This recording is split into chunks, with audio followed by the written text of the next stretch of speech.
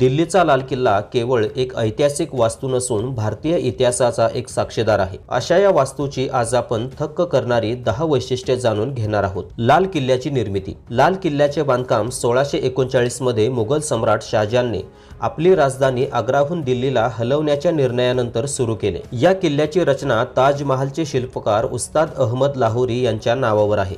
हा किल्ला शहाजहानचे निवासस्थान होता व हा किल्ला बांधण्यास जवळपास 10 वर्षे लागली। किल्ल्याची रचना। हा किल्ला इंडो इस्लामिक स्थापत्य शैलीत बांधण्यात आला आहे। किल्ला लाल वाळूचा खडक, चुनखडी आणि पांढरा संगमरवर वापरून बांधला आहे। हा किल्ला अष्टकोनी असून 254.67 एकर क्षेत्रामध्ये पसरलेला आहे। याची संरक्षक भिंत 2.41 किलोमीटर लांबीची आहे। या किल्ल्याच्या संरक्षक भिंतीची उंची 59 फूट ते 108 फुटांच्या दरम्यान आहे। किल्ल्यातील वास्तू। लाल किल्ला भव्य असून अनेक वास्तूंनी मिळून हा किल्ला बनलेला आहे, जसे लाहोरी गेट, दिल्ली गेट, छत्ता चौक, नौबतखाना, दिवान ए आम, रंगमहाल, मुमताज महाल, खास महाल, दिवान ए खास, हमाम, मोती मस्जिद, हिरा महाल, बाउली, शाही बुर्ज, हयात बख्श बाग आणि राजकुमारांचे निवासस्थान। युनेस्को जागतिक वारसा स्थळ। लाल किल्ला त्याच्या ऐतिहासिक आणि सांस्कृतिक महत्त्वामुळे 2007 मध्ये युनेस्कोने लाल किल्ल्याला जागतिक वारसा स्थळ म्हणून घोषित केले आहे। किल्ल्याची मालकी।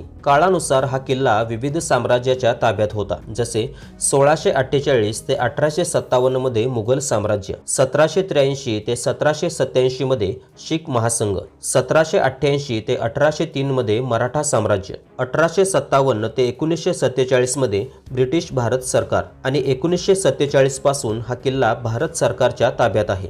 आक्रमण आणि लूट। काळाच्या ओघात या किल्ल्याचे अनेकांनी नुकसान आणि लूट केली। 1739 मध्ये नादिर शाहने दिल्लीवर आक्रमण केले।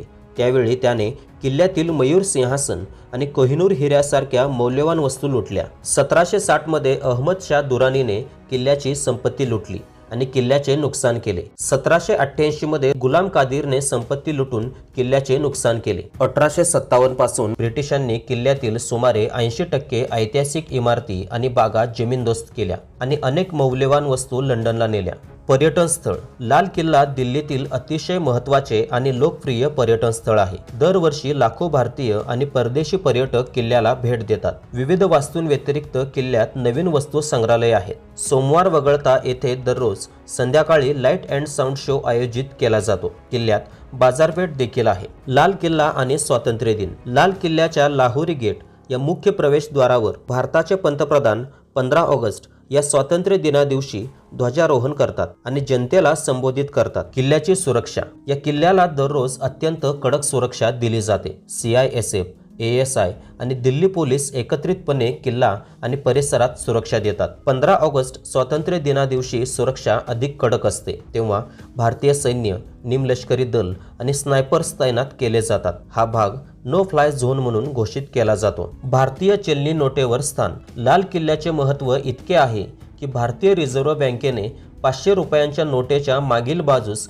लाल किल्ल्याचे चित्र छापले आहे। तर मित्रांनो, अशाच प्रकारचे ज्ञानवर्धक व्हिडिओ तुम्हाला बघायचे असतील तर या चॅनलला नक्की सबस्क्राईब करा।